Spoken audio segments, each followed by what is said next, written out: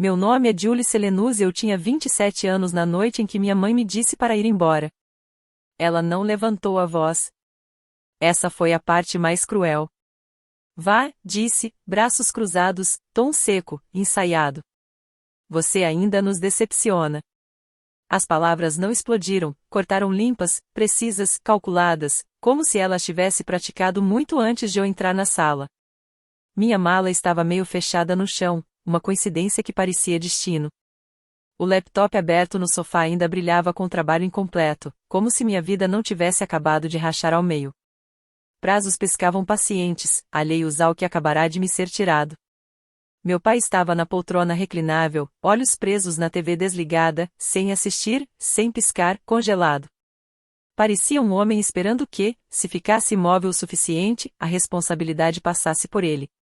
Nenhuma explicação? Perguntei, forçando calma na voz, mesmo com a garganta apertada. Minha mãe não me olhou. Você sabe o que fez? Eu sabia. Não dei à minha irmã mais nova, Cassie, $12.000. Não depois dela já ter dado calote nos 5.000 que eu lhe dei no ano anterior. Não depois de descobrir que ela usou aquele dinheiro para uma viagem improvisada à Itália, postando fotos sorrindo sob céus pastéis enquanto me mandava emojis chorando, reclamando que o aluguel era impossível naquele mês. Pela primeira vez em anos, disse não. Apenas uma palavra, firme, controlada. Não. E isso foi suficiente para me tornar dispensável. Tudo bem, murmurei, fechando a mala. Eu vou embora. Minha mãe não se moveu. Meu pai piscou uma vez, finalmente, mas não disse nada. Peguei o laptop, joguei a mala no ombro e saí pela porta da frente sem olhar para trás. O ar lá fora era frio de janeiro, do tipo que rouba o fôlego e o deixa flutuando à sua frente como neblina. Fiquei na varanda por um momento, a porta fechada atrás de mim, e me perguntei, foi isso? Apenas assim? 3 meses se passaram. Mudei para um pequeno estúdio na periferia, daqueles em que você consegue tocar o fogão da cama. Mas era meu. Sem julgamentos à mesa, sem olhares pesados, sem perguntas carregadas de culpa sobre como eu poderia virar as costas para a família. Pela primeira vez, o silêncio parecia paz. Quando eu tinha 15 anos, minha mãe me apresentava às pessoas como a confiável. Não a inteligente como Cassie, nem a corajosa como minha prima que entrou para os Marines. Apenas confiável. Tradução: previsível, útil, alguém em quem se podia apoiar até quebrar. Aos 22, eu pagava 1/3 das contas da casa. Aos 24, metade. Aos 26, tudo: aluguel, luz, supermercado, internet para o negócio de coaching online da Cassie, que nunca trouxe um único cliente. Não reclamei. Pelo menos, não no começo. Eu ganhava bem como analista de sistemas, freelava à noite, economizando para dar entrada no meu próprio apartamento. Cada planilha tinha um futuro. Cada turno extra parecia progresso. Mas cada vez que eu chegava perto, algo acontecia. Papai precisava de cirurgia dentária. Cassie atrasava outra conta do cartão. O cachorro de apoio emocional da mamãe precisava de tratamento no quadril. Nunca acabava. Eles me elogiavam quando eu pagava. A culpa me atingia quando hesitava. Cassie está se esforçando, dizia minha mãe, olhos arregalados, voz trêmula, como se eu fosse irracional. Ela não precisava de apoio. Precisava de limites. Mas eu fiquei quieta, porque era o que esperavam. Julie resolve. Julie sempre resolve, até o dia em que não resolvi. Cassie nem fingiu que os 12.000 eram só para ela. É para um retiro de coaching em Bali, disse casual, como se estivesse pedindo emprestado um suéter. Uma redefinição de mindset. Isso poderia finalmente ser meu lançamento. Eu ri. Achei que era piada. Não era. Quando disse não, calmamente, com firmeza, ela me olhou como se eu tivesse insultado a alma dela. No dia seguinte, meu nome desapareceu das contas conjuntas de água e luz. Sem aviso, sem explicação. Uma semana depois, minha mãe disse que talvez fosse mais saudável se eu me mudasse. A energia da casa anda tensa, falou com suavidade estudada. Você mudou.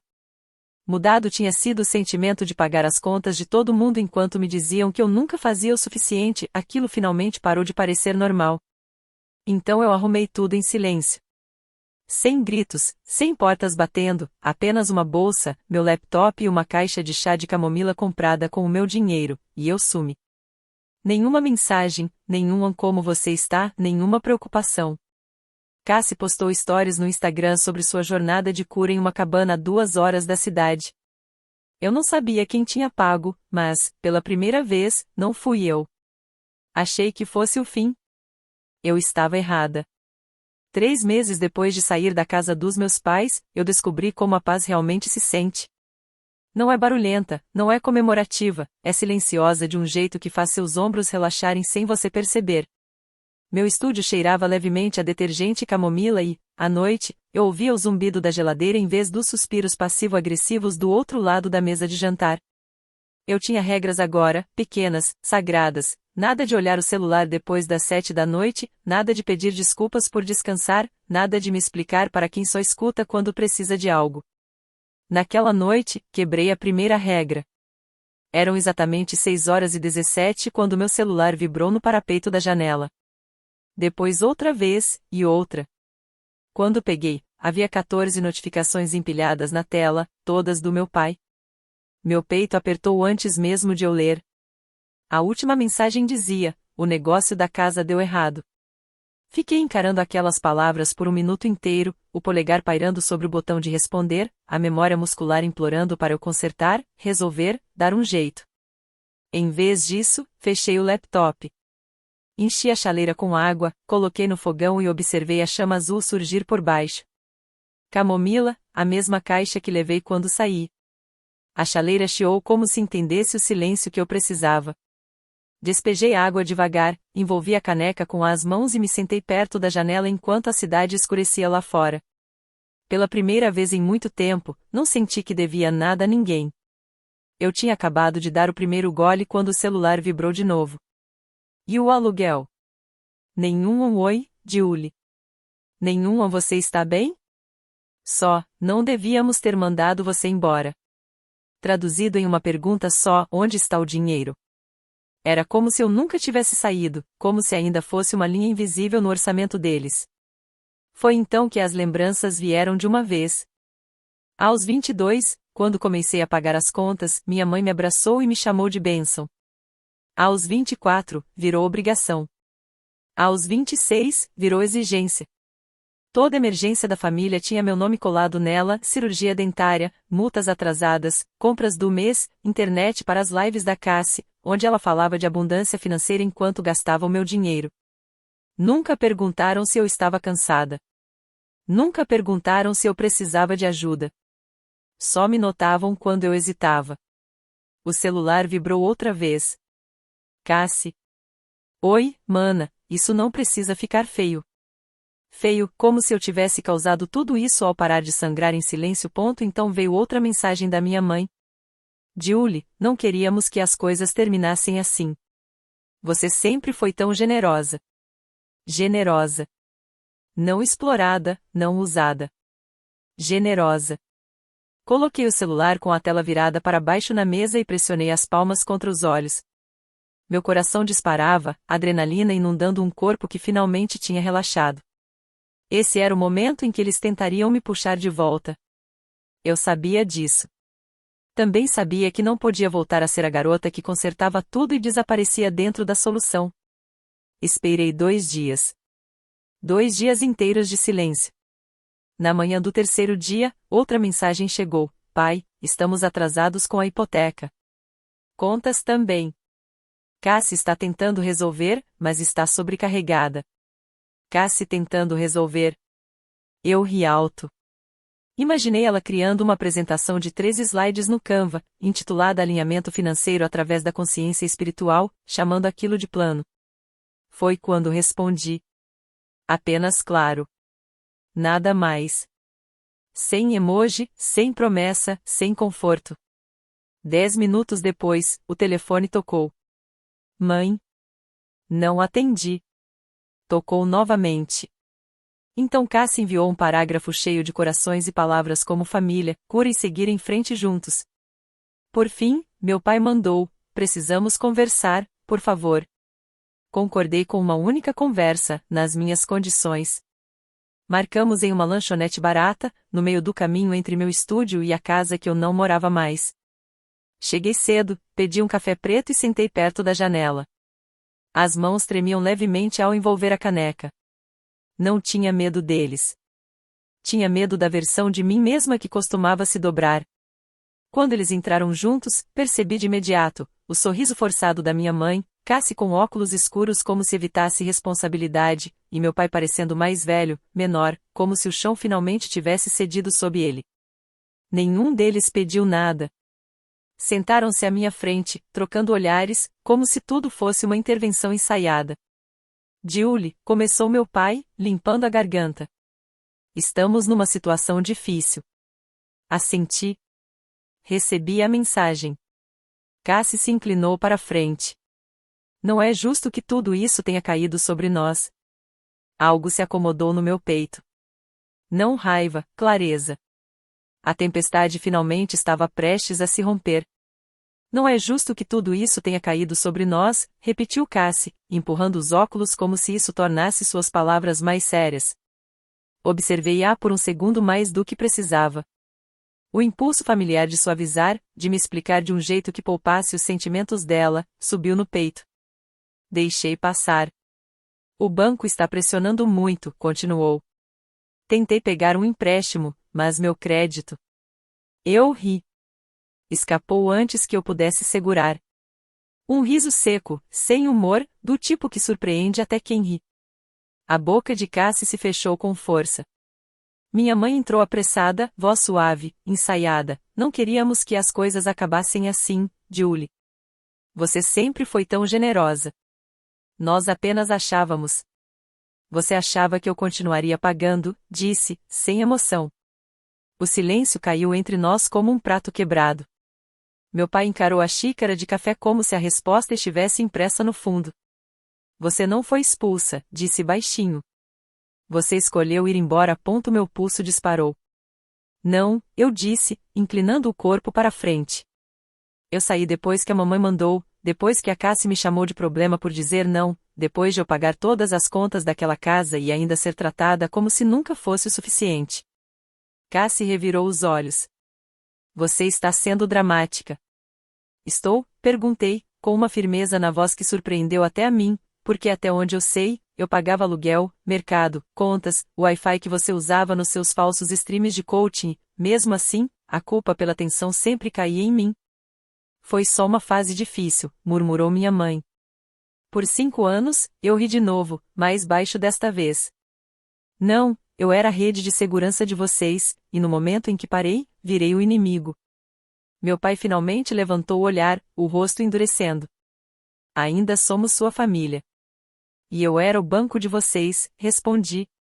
Eu paguei a hipoteca, consertei o encanamento, cobri a conta de telefone da Cassie por meses, e quando coloquei um único limite, todos decidiram que eu era descartável.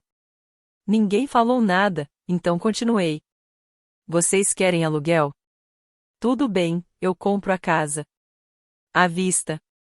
As cabeças se ergueram ao mesmo tempo. Um fio de esperança cruzou o rosto da minha mãe, os olhos da Cassie se arregalaram, até meu pai se endireitou.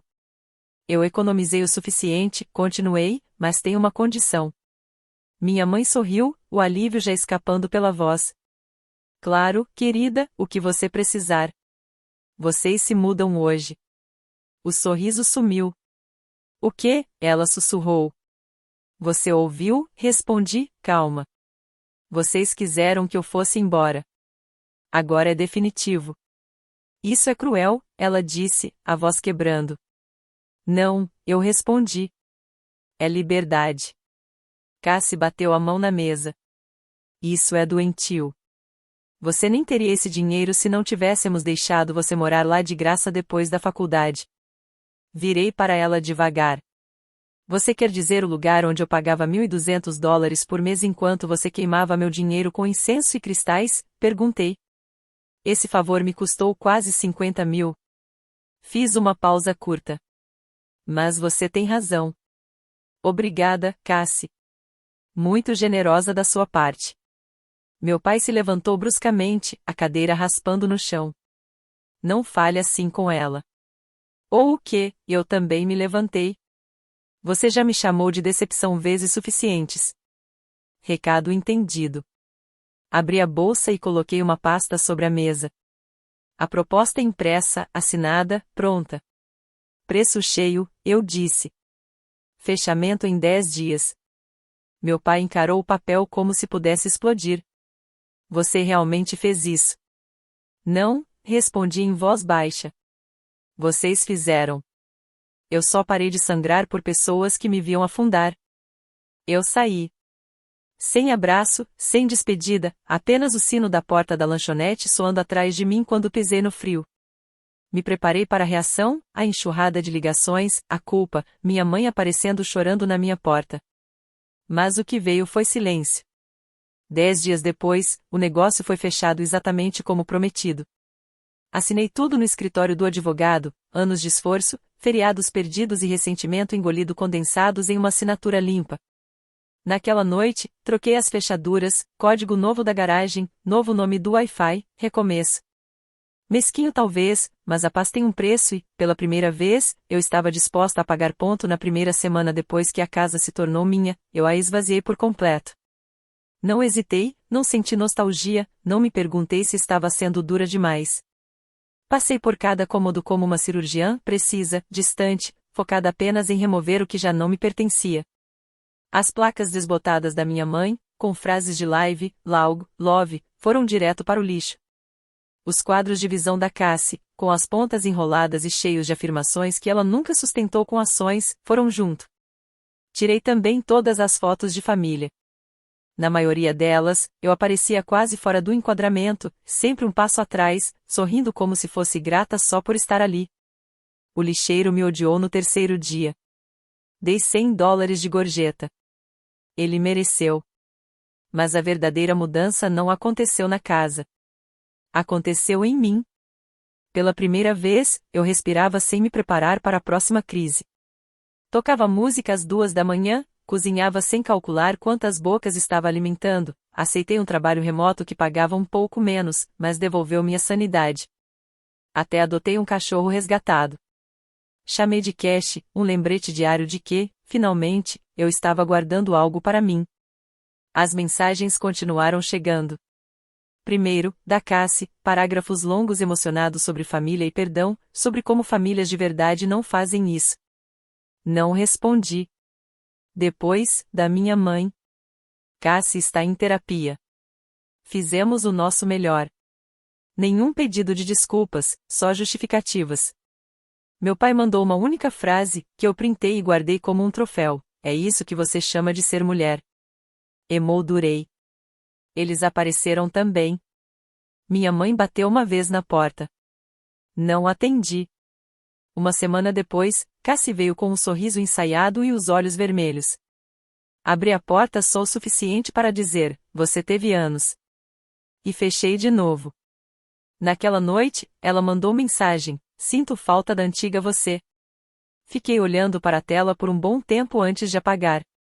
Eu também sentia. Mas aquela versão não existia mais. 2 semanas depois, chegou uma carta. Sem remetente, sem selo conhecido. Dentro, uma única página: você não me conhece, mas acho que sou seu irmão. O nome dele era Aiden.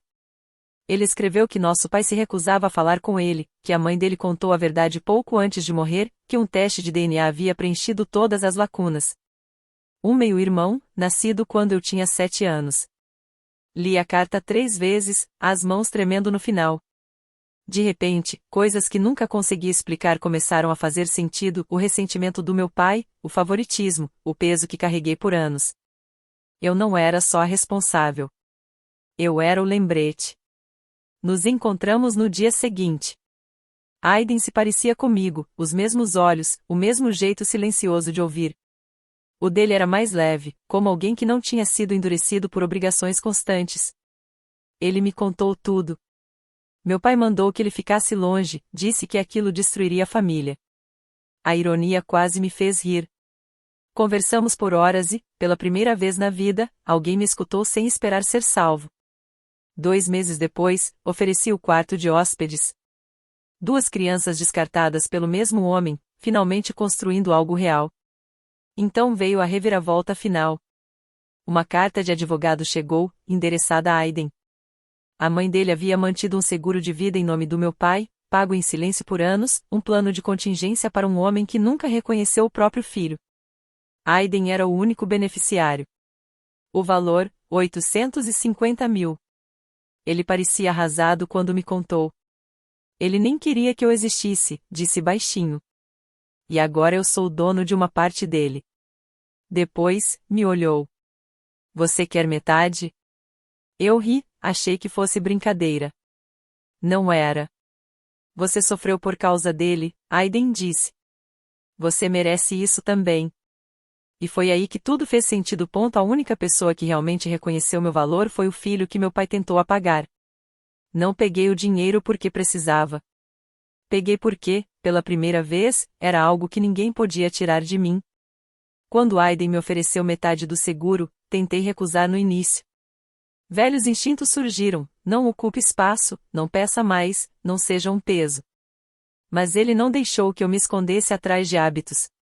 Você carregou tudo sozinha, disse ele.